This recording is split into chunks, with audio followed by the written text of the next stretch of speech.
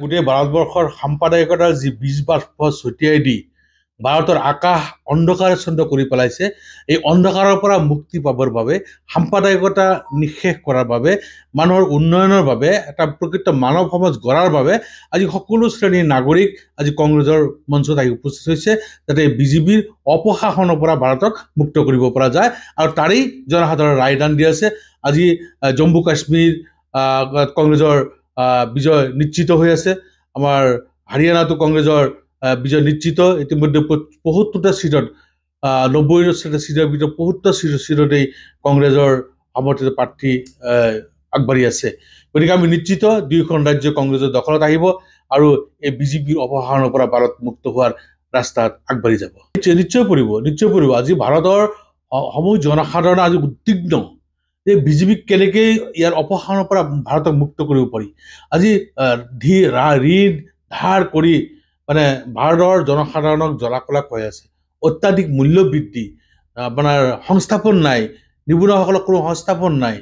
গতিকে মানুহ এতিয়া চবেই কংগ্ৰেছমুখী হৈছে।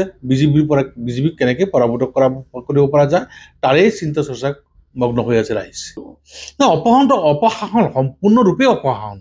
কাৰণ তেওঁলোকে নিজৰ স্বাৰ্থৰ খাতিৰত তেওঁলোকে শাসন কৰে। যদি কাৰোবাক কোনোবা নেতা আগবাঢ়ি গৈছে বিজেপিৰ বিৰুদ্ধে, তেওঁক কেনেকৈ কোনোবা কেলেংকাৰীত পেলাব পৰা যায় তাৰ জাল পাতে।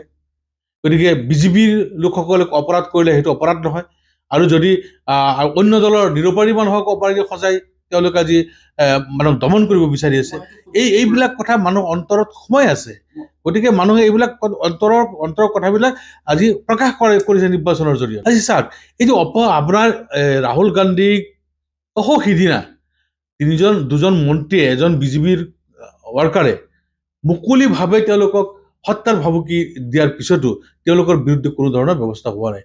গোটেই ভাৰতবৰ্ষতে থানাবিলাকত কেছ হৈছে, কোনো একশ্যন নাই। গতিকে অপৰাধীক তেওঁলোকে লুকাই ৰাখি নিৰপৰাধী মানুহক শাস্তি দিয়াৰ যি ব্যৱস্থা কৰিছে তাৰ পৰা ৰাইজে পৰিত্ৰাণ পাব বিচাৰিছে।